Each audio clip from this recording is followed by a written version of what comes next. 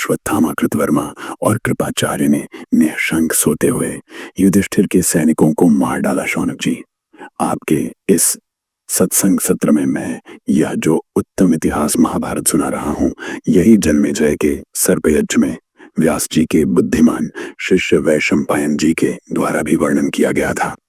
उन्होंने बड़े बड़े नरपतियों के यश और पराक्रम का विस्तार पूर्वक वर्णन करने के लिए प्रारंभ में पौष्य, पौलोम और आस्तिक इन 3 पर्वों का स्मरण किया है। जैसे मोक्ष चाहने वाले पुरुष पर वैराग्य की शरण ग्रहण करते हैं, वैसे ही प्रज्ञावान मनुष्य अलौकिक अर्थ, विचित्र पद, अद्भुत आख्यान और भांति भांति की परस्पर विलक्षण मर्यादाओं से युक्त इस महाभारत का आश्रय ग्रहण करते हैं। जैसे जानने योग्य पदार्थों में, आत्मा प्रिय पदार्थों में अपना जीवन सर्वश्रेष्ठ है, वैसे ही संपूर्ण शास्त्रों में परब्रह्म परमात्मा की प्राप्ति रूप प्रयोजन को पूर्ण करने वाला यह इतिहास श्रेष्ठ है।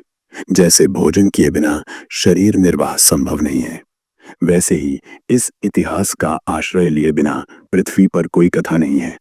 जैसे अपनी उन्नति चाहने वाले महत्वाकांक्षी सेवक अपने कुलीन और सद्भाव संपन्न स्वामी की सेवा करते हैं, इसी प्रकार संसार के श्रेष्ठ कवि इस महाभारत की सेवा करके ही अपने काव्य की रचना करते हैं।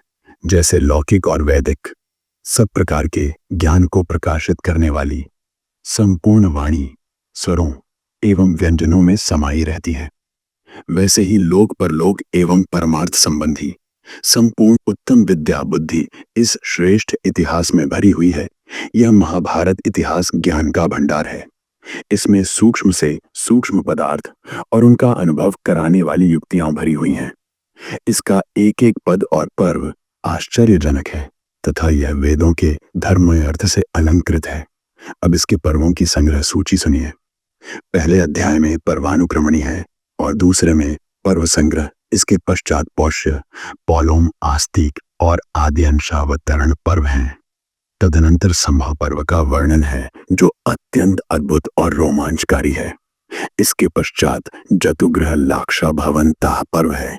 तदनंतर हिडिंबध पर्व है, फिर बकवध और उसके बाद चैत्ररथ पर्व है। उसके बाद पांचाल राजकुमारी देवी द्रौपदी के स्वयंवर पर्व का तथा क्षत्रिय धर्म से